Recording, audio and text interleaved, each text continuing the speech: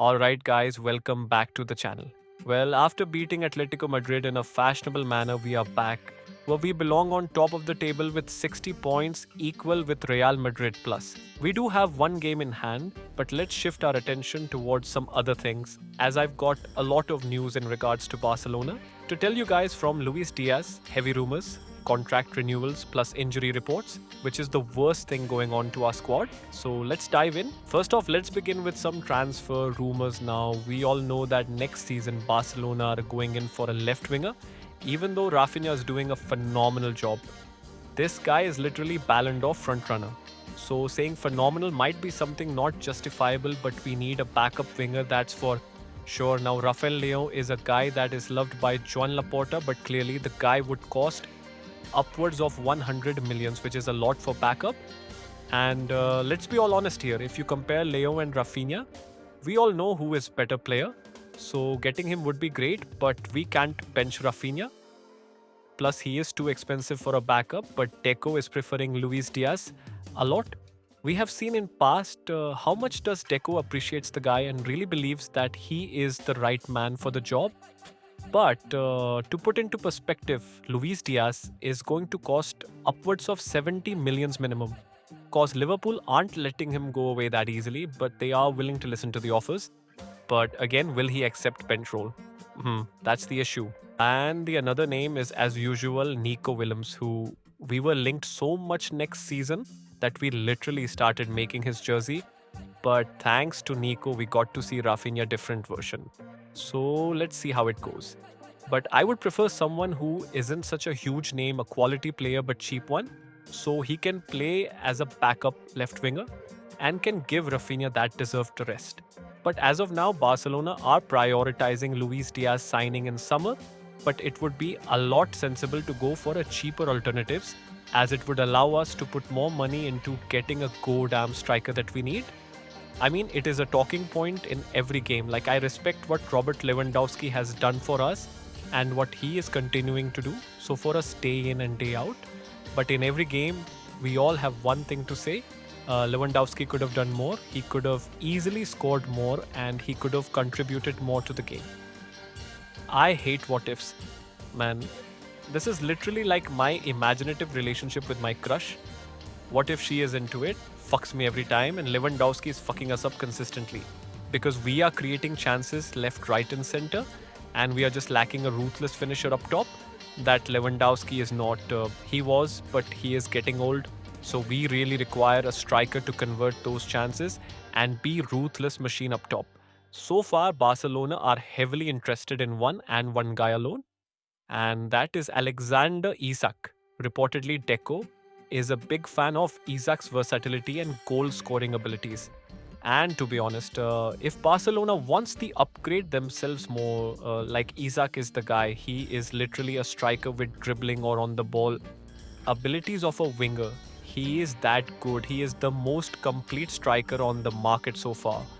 And for us, he would be cherry on the top with Rafinha and Lamine Yamal besides him. Phew, that would be creamy, but Newcastle have recently won a trophy after 70 years, Carabao Cup. So congratulations to them destroying Liverpool's hope and Salah proving his Christmas curse was real. So Newcastle are not that easy to deal with and he would easily go over 100 millions. The best case scenario that Deco could pull here is swap deal of our multiple players to at least lower the price. But let's see how the situation goes on as Barcelona are in talks to renew Robert Lewandowski for another year. The another guy that is linked with us is Jonathan David. He is mostly looked as a cheaper alternative or a backup option if Barcelona fails to sign any top striker next season, because he is going to be a free agent and he loves Barcelona as he has shown his love towards the club multiple times. And what can go wrong with a free transfer? And it's not like he would be that bad, considering our financial position. And to be honest, Jonathan David is quality player, but still, Alexander Isak is the dream signing for us. Then another free transfer we could see is Jonathan Tah to Barcelona because Hansi Flick is a big fan of the player. As Jonathan Tah was major player for Germany when Hansi Flick was in charge of Germany, and he still is undoubted starter. There he is reluctant to not renew with Leverkusen next season. and most likely is going to be free agent. And so far, Barcelona are the front runner for him. So great news for us. Getting a quality player like him on free is great addition to our squad. And we really should start adopting bit of Madrid stick, where we try to get player here there on free for mostly squad depth. But let's shift out towards some of the internal affairs of our beloved club. As of now, Barcelona are looking to renew few contracts due to the sell of Vitor Roque. We were fortunate enough to get Iñigo Martínez's renewal complete and approved from La Liga. But as of now, Deco is looking to renew first and foremost Hansi Flick for another season. I mean, the way the guy has changed the club, another season is literally disrespectful, man.